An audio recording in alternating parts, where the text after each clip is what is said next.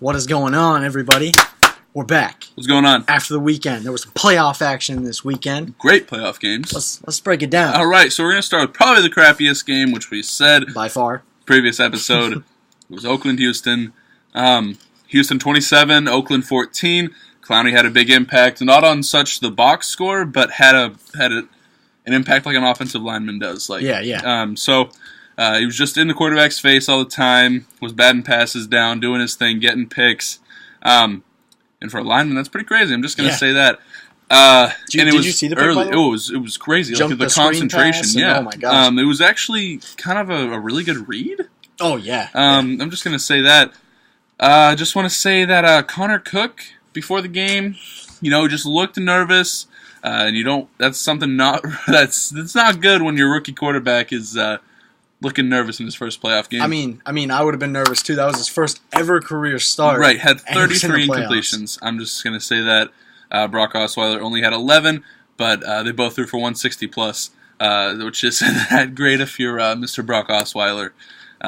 Connor Cook can have 33 interceptions and still almost throw as much as you. He had 167. Brock threw for 168. Lamar Miller only had 73 yards on 31 carries, averaging 2.4. Not so good. Questionable. You guys are going to have a good time up in New England, so good luck. Probably not, though. Good luck. So we're just going to say, Texans fans, if you're out there watching this, you need to stop running your mouth because you won a home playoff game against a rookie quarterback making his first start. If Derek Carr was in that game, you would have gotten slaughtered. They wouldn't even be playing. They'd be playing Kansas City right now. Just going to say that. So on to the next game. Again, we're going to rank these. We're going to talk about these in the way that we thought they were important. So we have Lions and Seattle. Seattle basically controlled this game from start to finish easily. Russell Wilson only having 7 incompletions, I think. Yeah, didn't throw the ball too much, and that's the key to that offense. Right, when they get that run game, like Thomas Rawls, what did he have? 161 yards, 6 yards per carry. At one point, he was up around 7.6 yards per carry. Exactly. Which, when that happens in that offense, they're ridiculously good. Right. So I'm just gonna say, Seattle's controlling the game right now. If they do the same thing against Atlanta, it'll definitely be a close game. But we're gonna say that for another episode. So Thomas Rawls, 27 carries, 161 with a touchdown. Baldwin, 104 and a touchdown. Paul Richardson. Can we talk about his crazy 2 catches? Those are nasty. A lot of people have been saying that Seattle could actually be a contender. Yeah, what do you think about that? I think that's after watching that game before, obviously being a Seattle fan, going into this game, I was like, yeah, we'll beat the Lions. Right. We'll go into Arizona and get absolutely curb stomped. Right. But after seeing them play very well against Matthew Stafford on defense, only allowing 6 points. Right.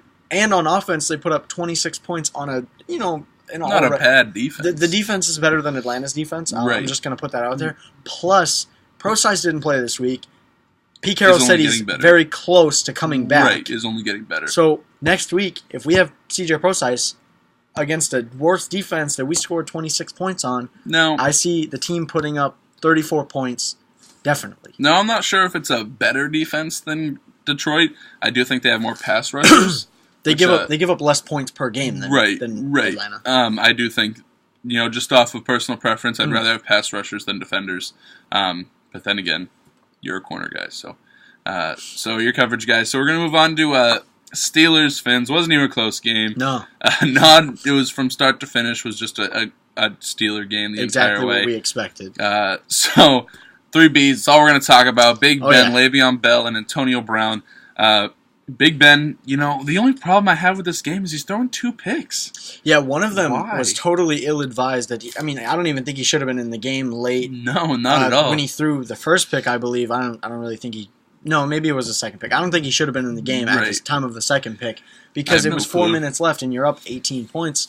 And your quarterback, who got hurt last year... Which then screwed them in the playoffs. Right, and they didn't have Le'Veon, but they still were pretty good, but no quarterback, no win in this situation. So I don't know why I have no clue, but they took out Antonio Brown and Le'Veon Bell, but kept Big Ben in there. And you know what happened? Now Big Ben's in a walking boot because of his foot is swollen. I believe, he vows he's going to play against Kansas City, which no doubt he's going to play. I think he's going to play. They get him on. The Big Ben's taken enough medication in his career to know when he's going to be okay. But throws for 197, 2 touchdowns and 2 picks. Le'Veon Bell, best running back in the league. By 29 far. carries, 167, 2 TDs, averaging 5.8 yards per rush. And Antonio Brown doing his thing. 5 catches, 124, and 2 TDs. One off of a 50-yard screen pass. Yeah, isn't that pretty magnificent? I'm just going to say... 5 receptions and 2 of them are touchdowns. One of them Right. was a 50-yard screen pass. Exactly. Shifty. You can't do anything about it. Come playoff time, he's the best wide receiver. We'll talk about Chokedell Beckham Jr. later. Okay. We're going to move on. I do want to talk about this game. It was a close game until the second half, until DRC got hurt. And then Aaron Rodgers was just carving that defense like a Thanksgiving turkey. Was literally doing his thing all game long. 13-38 was the final score. We do want to shout out our man Garrett Burke, who called Aaron Rodgers to have 380 and 4 TDs. He finished with 362 and 4 TDs. I don't know how you do it, man. Give me some of that predicting power. Honestly, everything this kid predicts comes true. It's crazy. It's insane. Jordy got hurt. Did want to talk about this. It was a big hit. Probably broke ribs. Right. That was a big hit. They may not be okay. Thinking about this team, I'm not sure. They have star power. Don't get me wrong. And Aaron Rodgers will throw the ball to anyone. But, yeah, I mean, throw the ball well to anyone. The people I would look up to coming up to the Super Bowl run that they think they're going to have, it's going to have to come up to Jared Cook and this guy named Randall Cobb, who has to do something because in his first 13 games in the year, had 3 touchdown receptions. No, 4. And then this game he has 3 touchdowns. And he had 5 receptions, 3 of them being touchdowns, had 116. Now, granted, Aaron Rodgers got the 2 receivers over 100 yards, but I don't know. You got to find someone else to get there, like Geronimo Allison, who's coming up, who they've been talking about for weeks now. He's on the rise for sure. Right. And my favorite Green Bay Packers player, Ty Montgomery, got hurt. I stopped watching the game after that because I didn't want to see any more of it. It was just a crap show. And once my favorite player on that team, I'm not a Green Bay Packers fan, I'm just saying, but I love Ty Montgomery, and the fact that he got hurt, I just didn't want to see any more of that. And apparently he came back, looked very hurt though. When he fell, he kind of just dropped the ball, so I thought that he got knocked out or something because they twisted his face mask too.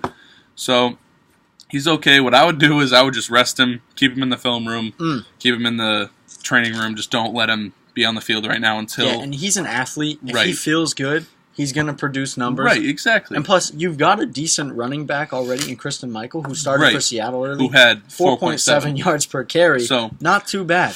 So, I mean, again in practice, just use Christian Michael and let Ty Montgomery, because he is really, besides Jordy Nelson, is your biggest playmaker. Can get the offense going anytime he needs, whether it be receiving the ball or running the ball. Yeah, what an asset that is. It's it is. Like Procise to Seattle. Right. That ability to catch out of the backfield. Or Dion Lewis to New England. Right. It's kind of, everyone needs one, and when you get it, it's golden. It works for every time. And you need to keep it healthy. Exactly. That's the biggest part.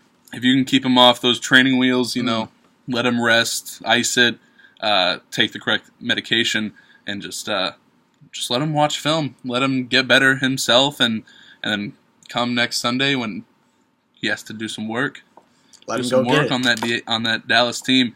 So that's it for today, guys. We just wanted a quick recap. I know it's a short episode, but tomorrow we'll have our boy Garrett Burke in here. We'll get the predictions going. The accurate predictions. Accurate predictions. I'm telling you, go bet money on this kid. All right. Thank you guys for watching. We'll catch you next time.